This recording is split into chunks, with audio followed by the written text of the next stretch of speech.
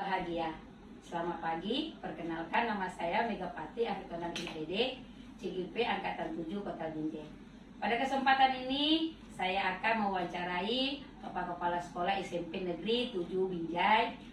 Ini bersama saya Bapak Warsiin. Selamat pagi Pak. Selamat pagi. Ya, pagi ini kami akan mewawancarai beliau tentang pengambilan keputusan tentang bagaimana dikaitkan dengan nilai-nilai yang universal. Kita mulai ya Pak. Baik, silakan. Ya. Sebagai seorang pekerja Pak, atau dalam hal ini Bapak sebagai seorang pemimpin dalam satuan pendidikan, ada nggak permasalahan yang timbul yang pernah Bapak hadapi terkait dilema etika? Baik Ibu, sebagai makhluk sosial, dilema etika itu bisa terjadi kapanpun pada lingkungan apapun. Misalnya di lingkungan sekolah ini, di mana interaksinya ada kepala sekolah, staf tata usaha, guru beserta siswa, ada kalanya dilema etika itu terjadi di sini. Saya beri contoh, misalnya seorang ibu guru punya jam tugas mengajar di kelasnya, tapi pada saat yang sama keluarga beliau tertimpa musibah. Katakanlah contoh, orang tua kandungnya meninggal dunia, maka tentu terjadi dilema etika di mana guru punya tugas mengajar, tapi pada saat yang sama dia adalah seorang anak yang sedang ditimpa musibah di mana orang tuanya wafat. Itu contohnya. Jadi Pak, selama ini bagaimana Bapak dapat mengidentifikasi kasus-kasus yang merupakan dilema etika atau bujukan moral tersebut? Baik, terima kasih. Saya biasanya mengidentifikasinya dengan cara mengidentifikasi tentang dampak-dampak sosial dan individual yang mungkin ditimbulkan oleh peristiwa itu. Karena itu biasanya kita mencari solusi yang terbaik supaya pihak-pihak yang mengalami dilema seperti ini kepentingannya tidak ada yang dirugikan, tapi sama-sama mendapatkan manfaat, sama-sama mendapatkan hak dan kewajibannya sesuai dengan yang diharapkan. Oke Pak, jadi selama ini bagaimana Bapak dapat menjalankan pengambilan keputusan di sekolah, terutama untuk kasus di mana ada dua kepentingan yang sama-sama benar atau sama-sama mengandung nilai kebajikan? Baik Ibu, biasanya meskipun itu biasanya terjadi secara insidental, tapi biasanya kita di sekolah melaksanakan program perencanaan. Contoh, setiap guru sebaiknya punya program pembelajaran yang tertulis, tertata, terencana. Sehingga apabila beliau berhalangan karena sesuatu yang sangat urgen tadi, maka teman sejawat bisa menggantikan tugasnya di kelas tanpa mengurangi hak belajar murid, tanpa mengurangi materi-materi yang seharusnya disampaikan. Karena teman yang menggantikan bisa menggunakan perencanaan dari beliau yang berhalangan. Biasanya seperti itu. Betul ya Pak? Ya. Ini ya Pak, selanjutnya ya Pak, langkah-langkah atau prosedur seperti apa ya yang biasa Bapak lakukan selama ini? Ya, kita merujuk kepada contoh yang tadi saja ya Bu.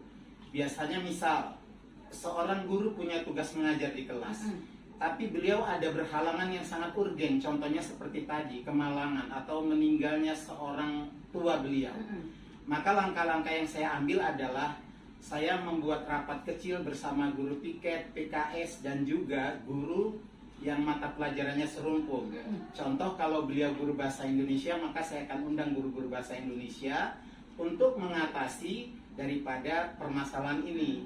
Jadi kami bekerja sama, kemudian bagaimana bisa mengimpal jam guru yang bersangkutan, sehingga hak belajar siswa tidak terkurangi, tapi hak pribadi seorang guru yang sedang kena musibah juga tidak terkendala. Seperti itu. Terima kasih Pak. Ya. Nah, ini selanjutnya Pak, pertanyaan yang kelima, apakah Bapak memiliki sebuah tata cara atau tata kala ya, atau jadwal tertentu dalam sebuah penyelesaian kasus dilema etika? Apakah Bapak langsung menyelesaikannya di tempat atau memiliki schedule atau jadwal? Karena dilema etika ini sesuatu kejadian yang tidak bisa direncanakan, yang bersifat insidental, maka biasanya penyelesaiannya juga seperti itu. Tapi seperti saya nyatakan di awal, kita harus sudah punya program-program, plan A, plan B.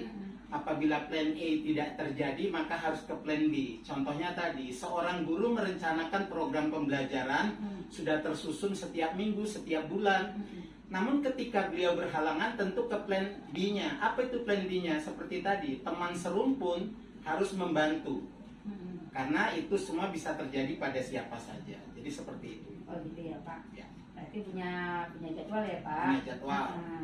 Nah, selanjutnya ya Pak, adakah seseorang atau faktor-faktor yang selama ini dapat mempermudah atau membantu Bapak dalam pengambilan keputusan menyangkut dilema etika ini?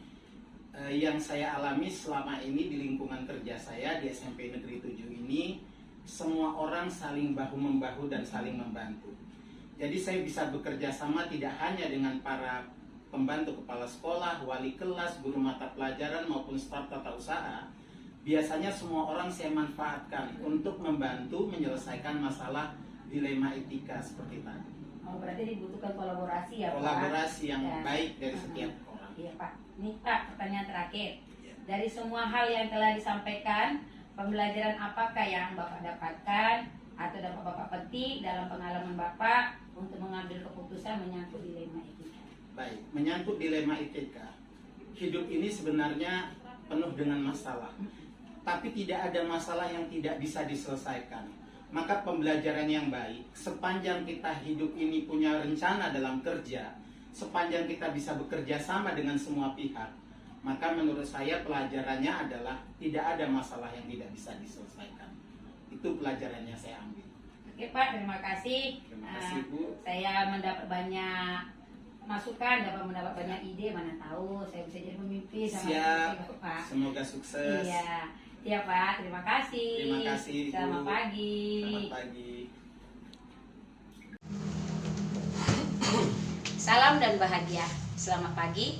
Perkenalkan, saya Megapati Aritonang, MPD CGP Angkatan 7 Kota Binjai.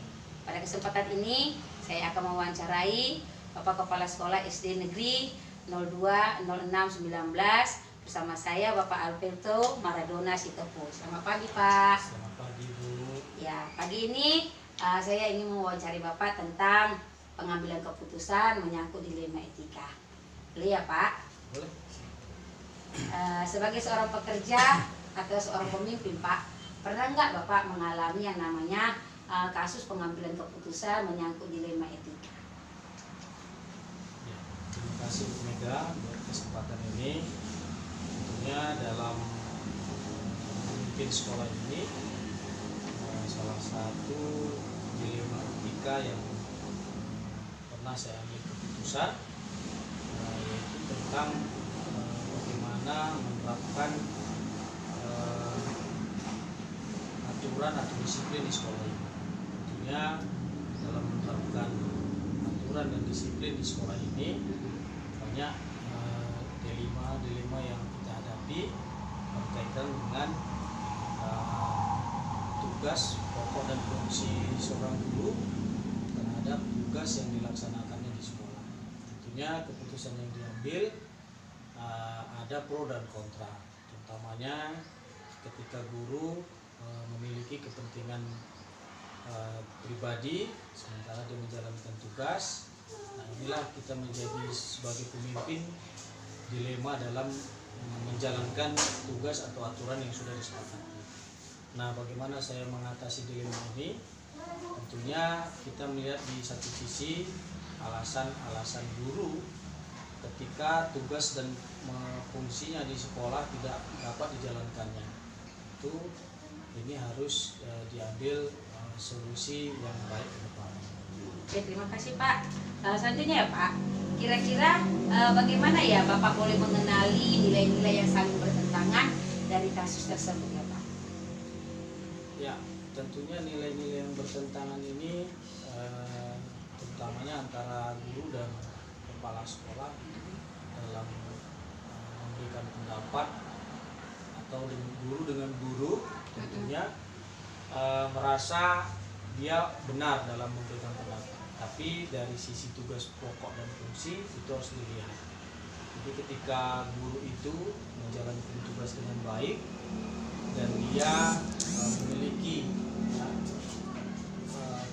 tugas di lain tugas dia. Contoh ada misalnya ada pelatihan guru tersebut, ya kita harus berikan kesempatan itu kepada guru. Dan tentunya dilema ini kan tentunya dia meninggalkan tugas. Jadi ketika dia meninggalkan tugas, saya harus ambil suatu kebijakan sehingga kelas yang ditinggalkan ibu tersebut juga dapat berjalan dengan baik dengan tidak mengurangi makna pembelajaran anak tersebut. Jadi kita harus siapkan sebelum guru itu tersebut melakukan pendidikan atau pelatihan, ada sudah kita siapkan rancangan bagaimana yang bertanggung jawab di dalam kelas dengan modul ajar atau rencana pembelajaran yang sudah dirancang dulu. Oh, gitu ya Pak. Berarti Bapak mengidentifikasinya ya kan Pak. Bapak artinya melihat dulu kepentingannya, baru Bapak mengambil satu keputusan ya Pak. Baik Pak, terima kasih. Nah selanjutnya Pak, seperti tadi Bapak bilang langkah-langkah dan prosedur seperti apa yang bisa Bapak lakukan selama ini. Bapak melakukan yang tadi saya bilang ya Pak. Bapak melihat dulu rencananya, melihat kepentingannya, melihat apanya baru mengambil keputusan ya Pak. Nah, bagaimana ya Pak, strategi apa yang Bapak gunakan untuk menangani masalah tersebut ya? Misalnya seperti Bapak tadi bilang, ada guru yang harus mengikuti pelatihan. Satu sisi dia harus meninggalkan kelasnya, sedangkan dia punya tupoksinya gitu Pak. Strategi apa sih, trik apa yang Bapak lakukan